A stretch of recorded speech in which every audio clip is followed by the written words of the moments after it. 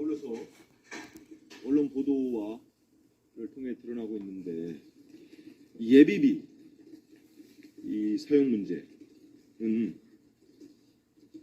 이건 대통령실의 혈세 농단이 아니냐, 이런 규정들을 해야 되는 거 아니냐, 이런 말씀들이 있었습니다. 예비비의 성격과도 맞지 않는 곳에 지출이 됐고 사용이 됐습니다.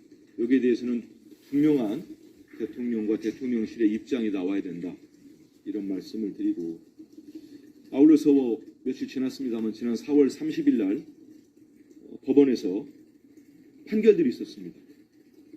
법원 2심 판결에서도 대통령실의 영화 관람비, 비공개 회식비 내역들, 이게 공개 대상이라는 판단이 있었습니다. 또한 법무부가 그 먹칠한 업추비 카드 내역 있지 않습니까?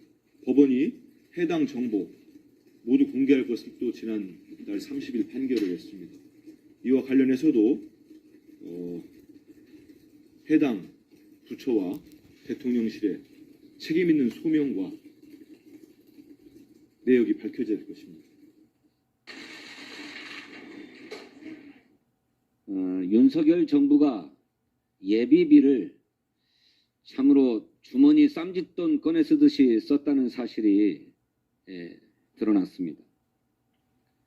2022년도 예비비 사용 내역을 보면 대통령은 500억이면 충분하다 했던 대통령실 이전 예산으로 예비비를 650억 원을 썼습니다.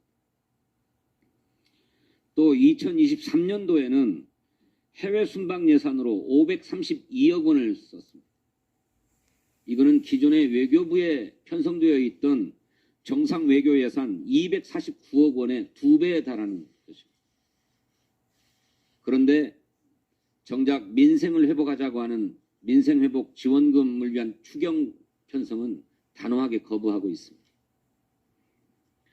대통령을 위한 예산은 마음껏 꺼내 쓰는데 국민의 민생을 살필 예산은 한 푼도 쓰지 못하겠다는 말입니까?